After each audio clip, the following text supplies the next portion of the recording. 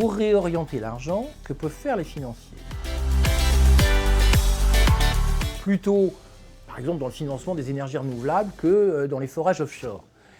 Typiquement, des produits qui sont apparus relativement récemment comme les obligations vertes ou les prêts verts qui permettent de marquer où est affecté l'argent qui est prêté aux entreprises ou aux projets, répondent à ce besoin.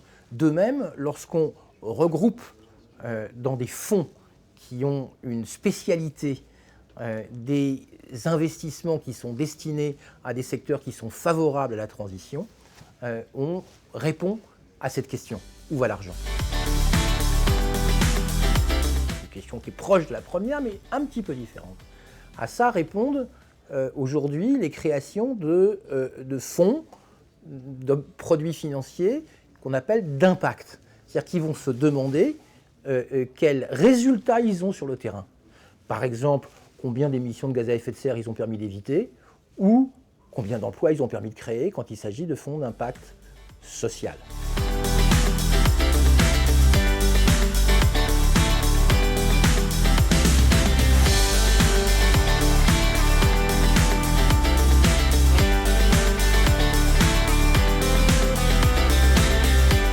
Les investisseurs peuvent aider les entreprises en soutenant les entreprises qui ont des produits et services qui contribuent très directement à la transition énergétique.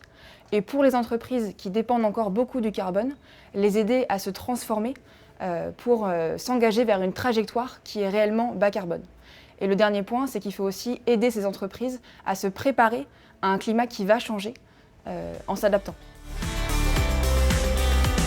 Au sein des infrastructures, on peut prendre l'exemple des aéroports. Il y a vraiment trois choses à faire pour aller vers la transition. La première, c'est remettre en question la croissance du trafic. Donc c'est le pilier de la sobriété. Le deuxième, c'est promouvoir l'efficacité énergétique, c'est-à-dire faire en sorte que les avions deviennent de plus en plus efficaces, notamment avec des motorisations qui sont plus performantes.